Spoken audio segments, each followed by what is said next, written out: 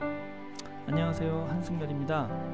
오늘은 지난번 소금물 농도에 반응이 좋아서요, 이번에는 그 소금물 농도의 기본이 되는 내용 비와 비율에 대해서 설명을 간략히 해 드릴까 합니다.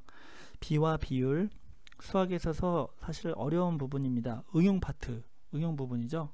뭔가 이렇게 말이 길게 나오는 문제들을 봤을 때 상당히 당혹스럽습니다. 어떻게 풀어야 될지. 그 기본이 되는 내용이 바로 비와 비율입니다. 그래서 비와 비율을 간략하게 설명을 해 드리고자 합니다. 비와 비율인데요, 이거는 어떤 뜻이냐 하면, 비는 말 그대로 비교입니다. 비교한다는 거고, 비율은 뭐냐면 이게 율자가 갑율자거든요. 갑율자예요. 그래서 비교하는 값이라는 게, 이 뭔가 비교를 값으로 표현한다는 얘기예요. 비율. 어떻게 표현하는지는 바로 이따가 설명을 해주겠습니다. 일단 좋아요. 일단 비부터 설명을 해드릴게요. 비는 비교예요. 비는 비교.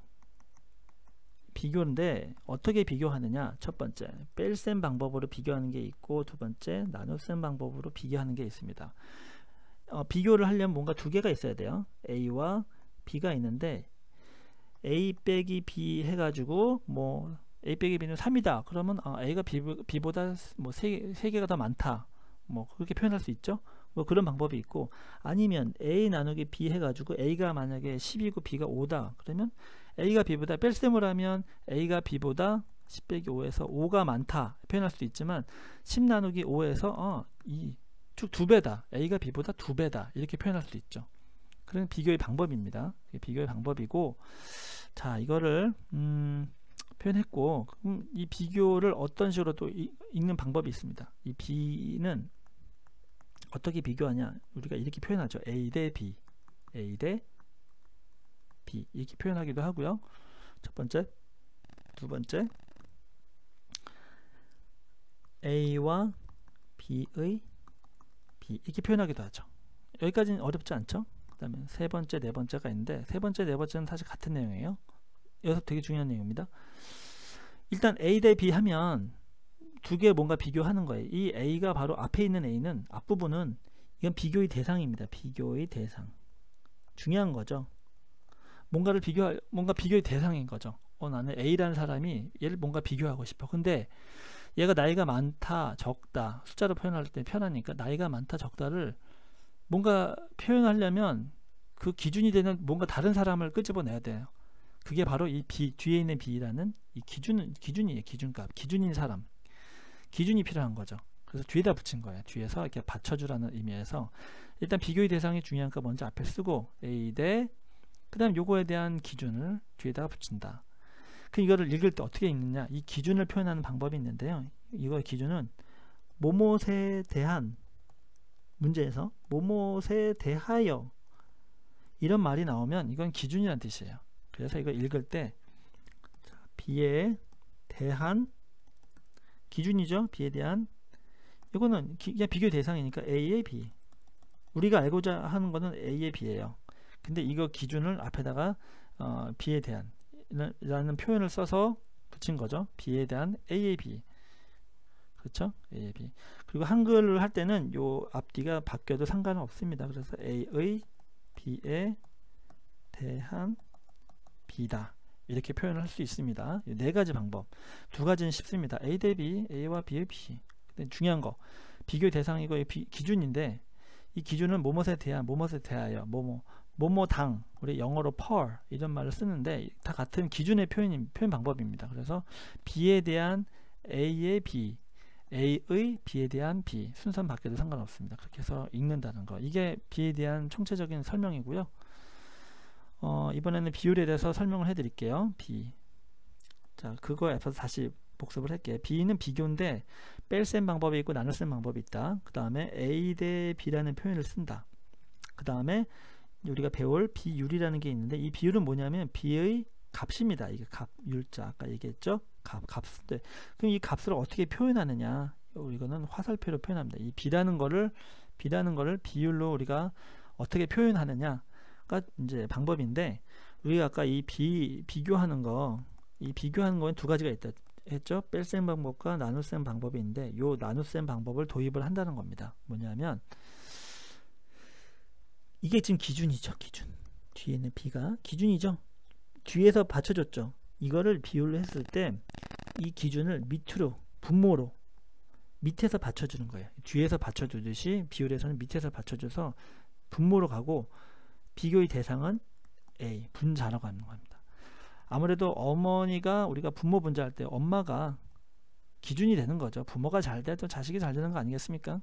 그러니까 이 기준이 중요한 거죠. 부모가 아무래도 잘 되면 자식도 잘 될 확률이 높은 거죠. 기준이 좋으니까. 그래서 이게 분모가 기준이다.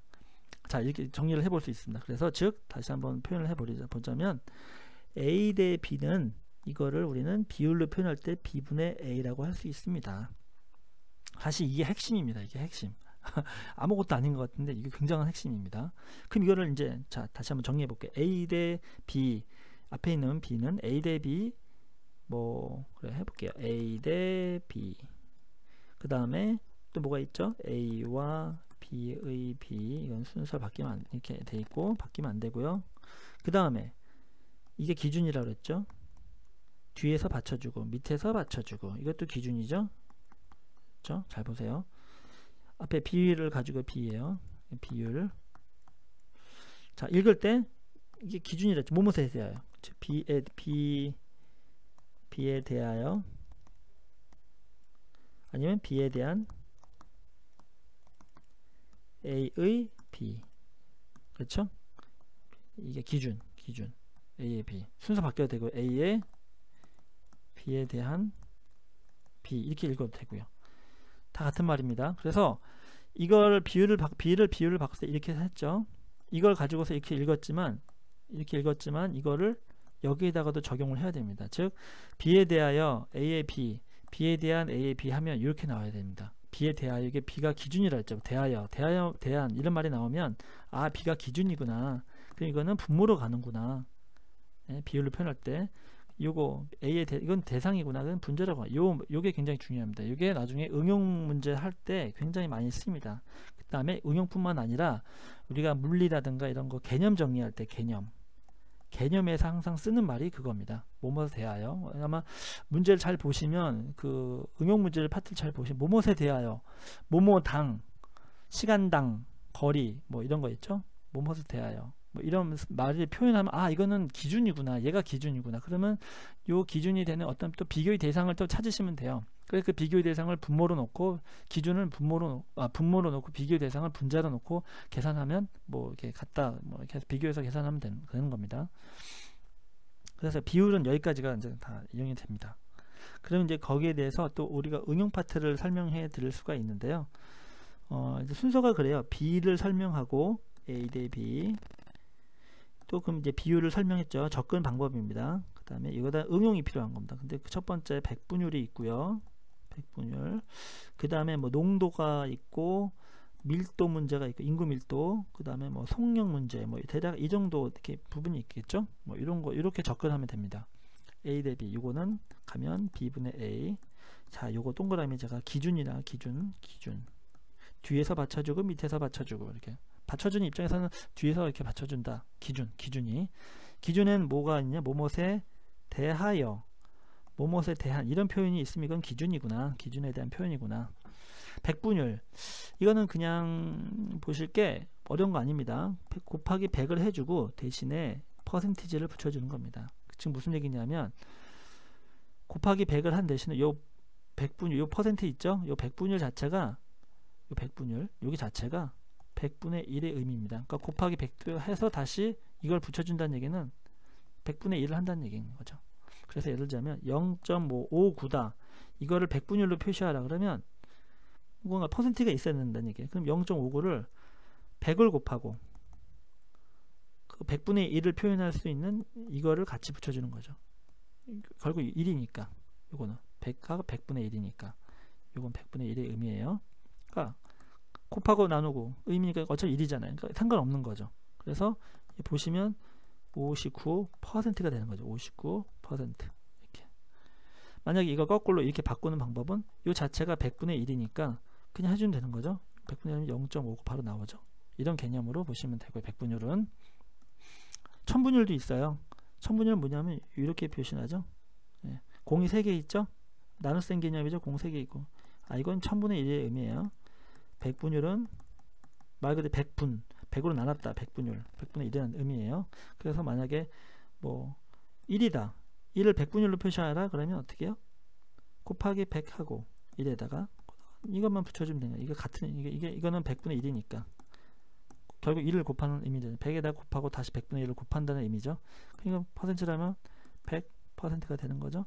이거를 만약에 1000분율로 해라 그러면 1 곱하기 1000 곱하기 거기에 1000에 대한 거 이렇게 곱하면 되죠. 그러면 1000 이렇게 되는 거죠. 이해하셨죠? 네. 근데 왜 백분율을 쓰느냐 궁금할 수 있는데, 이게 사실은 뭐 가능성 이런 표현할 때 우리가 100% 가능성이 있다 이런 표현을 쓰죠. 그러면 이거는 무조건 된다는 얘기죠. 50% 가능성이다 그러면 절반이구나. 뭐 25% 한다 그러면 대략 100 정도에서 우리가 25%도 한 4분의 1 정도의 뭔 가능성이 있구나. 이런 표현할 때 이게 굉장히 유용하게 쓰기 때문에 표현을 합니다. 유용하다는 것은 문제 내기 편하다는 얘기입니다. 헷갈리시면 안 되고요. 다음 문제는 뭐냐면 이 비율을 이용한 다음 문제는 농도, 가장 편한 거 농도. 농도인데 농도는 지난번에 설명했기 때문에 그건 넘어가겠습니다. 궁금하신 거는 앞에서 찾아보시면 되고요. 속력 문제, 여러분이 어려워하는 부분들에서 속력이 있는데요. 속력은 자 개념이 시간당 거리, 이동거리예요. 아니면 시간에 대하여 이동한 거리 이렇게 표현하기도 하는데, 뭐 가장 편한 개념은 시간당 거리, 시간당 얼마나 이동하냐, 이동 거리죠. 시간당. 자 이거 보세요. 시간당이죠. 이거 기준이구나. 시간이라는 게 거리는 비교의 대상이구나. 이해되셨어요? 기준은 무조건 분모로 가죠. 시간 분의 거리 이렇게 된 거예요. 그래서 속력은 시간 분의 거리가 그래서 나온 겁니다. 개념을 이용해서 개념. 제가 한 가지 더 덧붙이자면 수학이 사실은 공식 있죠. 공식을 뭐 막 달달이 외우는 사람들이 있는데, 사실은 공식 외운다고 수학 문제 잘 푸는 거는 도움 조금은 될 수 있을지 모르겠지만, 너무 공식에 의존하다 보면 사실 수학을 거의 나중에는 포기할 수도 있습니다. 왜냐하면 너무 어렵거든요. 공식만 가지고서 접근하기에는. 가장 기본적인 거는 개념입니다. 개념. 수학은 개념을 알면 공식은 굳이 외울 필요가 없습니다. 왜냐하면 개념을 가지고서 공식을 유도하는 거, 이렇게 풀이하는 거기 때문에, 제가 아까 방금 말씀드렸다시피 속력이라는 개념만 알면 속력 문제는 풀 수 있어요. 이게 시간당 거리잖아요. 시간당 거리. 이걸 알면 시간당, 시간분의 거리, 비교 대상 거리 이렇게 가는구나. 이게 공식이라고 볼 수는 없죠. 이게 헷갈릴 수 있거든요. 속력이 거리분의 시간인지 시간분의 거리인지 헷갈리는데, 그럴 때는 개념으로 시간당 거리, 뭐뭐 당이니까 분모로 가고 거리는 뭐 비교 대상이니까 그렇게 가는구나. 그래서 시간분의 거리에서 표현할 수 있는 거고요.